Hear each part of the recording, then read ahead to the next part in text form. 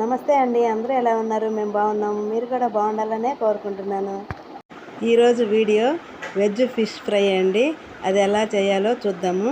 First ఒక గిన్నె తీసుకునేసి 3 అరటికాయలకి సరిపడా మసాలా తయారు చేసి పెట్టుకోవాలండి.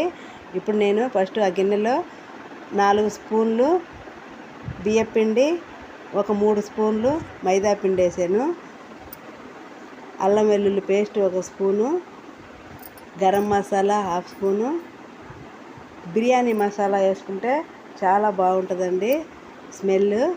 బిర్యానీ మసాలా 1 స్పూను, కారము, పసుపు, ధనియాల పొడి అన్నీ వేసేసుకునేసి బాగా చేతితోటి కలిపేసుకోవాలి. సాల్ట్ అన్నీ కలిపేసుకునేసి కొంచెం కొంచెం నీళ్ళు వేసుకునేసి అలాగా అక్కడ చూపిస్తున్నట్లుగా ఆ విధంగా కలిపేసుకోవాలి అంతా.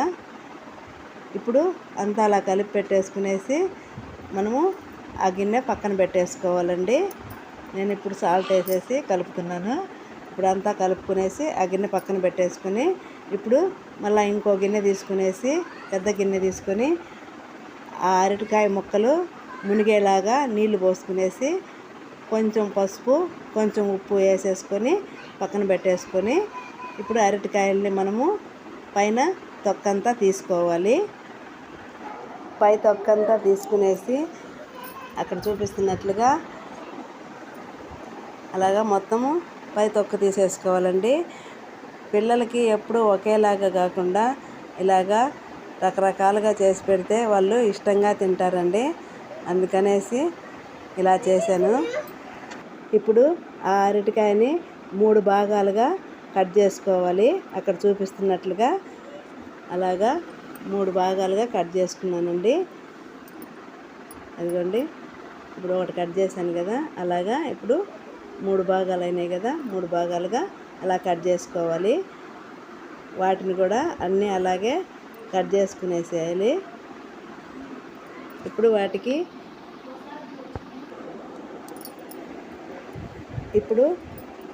అటు సైడు ఇటు సైడు చూడండి, అక్కడ చూపిస్తున్నట్టుగా కొంచెము లావుగా ఉన్న సైడు అలాగా కట్ చేయాలి. సన్నగా ఉన్న సైడు తోకలాగా అలాగా కట్ చేసుకోవాలి. కట్ చేసుకొని మధ్యలో అదిగోండి హోల్ లాగా పెట్టేసేయాలి. కన్నులాగా అలా హోల్ లాగా కట్ చేసుకున్నాను. అక్కడ చూపిస్తున్నట్టుగా అట్లా అలాగండి, అలాగ వచ్చేస్తుంది. అలాగా అన్నీ అలాగే కట్ చేసేసుకోవాలి. మనం కట్ చేసుకున్న ముక్కలన్నీ అలాగా కట్ చేసుకోవాలి. పిల్లలకి ఏదో ఒకటి వెరైటీగా చేసి పెడితేనే తింటారండి. మామూలుగా అయితే ఈ పిల్లలు ఇప్పుడు తినట్లేదు. అందుకని అది చూడండి, అదిగోండి అలాగా అన్నీ అలాగా కట్ చేసి పెట్టేసుకోవాలి. ఇప్పుడు అవన్నీ మనము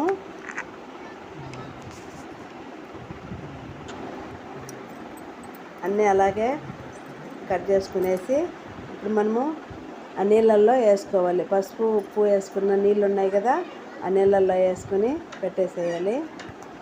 5 నిమిషాల తర్వాత మనము మసాలా చేసి పెట్టుకున్నాం కదండి, అందులో ముంచేసి అన్నీ ఒక ప్లేట్లో పెట్టేసుకోవాలి. చాలా బాగుంటాయండి పప్పు చారు చేసుకున్నప్పుడు నంచుకోవడానికి. పప్పు కానివ్వండి, రసం కానివ్వండి, అట్లాగా చేసుకున్నప్పుడు సైడ్ డిషెస్గా బాగుంటాయి. ఇలా చేసి పెట్టండి, పిల్లలకి చాలా ఇష్టంగా తింటారు. వేడివేడిగా ఉంటే చాలా బాగుంటాయి. ఇంకా మైదా పిండి వేసాను కదండి, అక్కడ మీరు కార్న్ఫ్లోర్ అయినా వేసుకోవచ్చు, బాగానే ఉంటుంది కార్న్ఫ్లోర్ వేసుకున్నా కూడా. అలాగా అన్నీ వేసేసుకునేసేయాలండి. మొత్తము వేసుకున్న తర్వాత మనము ఒక 10 నిమిషాలు డీప్ ఫ్రిడ్జ్లోనైనా పెట్టచ్చు, లేదంటే పక్కనైనా పెట్టేసుకోండి.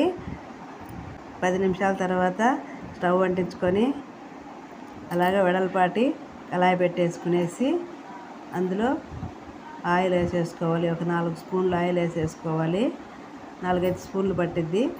ఆయిల్ వేసేసుకొని ఆయిల్ కొంచెం వేడెక్కిన తర్వాత ఇప్పుడు మనము ఇవన్నీ చేసి పెట్టుకున్నాం కదా, మసాలా అంతా అంటించుకున్నాం కదా, అవి ఒక్కొక్కటిగా అలా అక్కడ చూపిస్తున్నట్టుగా అలా వేసేసుకోవాలి అన్నీ. నాకైతే 3 సరిపోయినాయి. పెద్దదైతే 4 అట్లా సరిపోతాయి. అలాగే అన్నీ వేసేసుకునేసి 3 ఎర్రగా వేగేంత వరకు ఉంచేసుకోవాలి. ఫస్ట్ సిమ్లో పెట్టేసుకోవాలండి, హైలో పెట్టుకోకూడదు. చూడండి కలరు అలాగా చిన్నగా తిప్పేసుకోవాలి.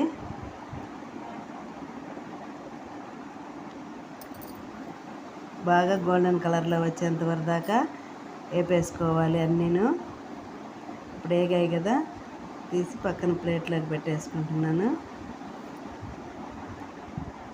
అదిగోండి ఫిష్ లాగే ఉన్నాయి కదండి చూస్తుంటే. ఇప్పుడు సైడ్లను మనము కట్ చేసాం కదండి, ముక్కలు ఉన్నాయి కదా, లాస్ట్లో కొంచెం పిండి మిగిలిద్ది. ఆ పిండిలో కొంచెం నూనె మిగిలింది కదా, ఆ ముక్కలు కూడా అందులో వేసేసి ఆ మసాలాలో కలిపేసుకొని ఆయిల్లో వేసేసుకోవాలి. మిగిలిన వేస్ట్ చేయకూడదు కదండి, బాగుంటుంది. అలా వేపేసుకునేసేయచ్చు. మీరు కూడా ఇలాగే చేసుకొని తినండి.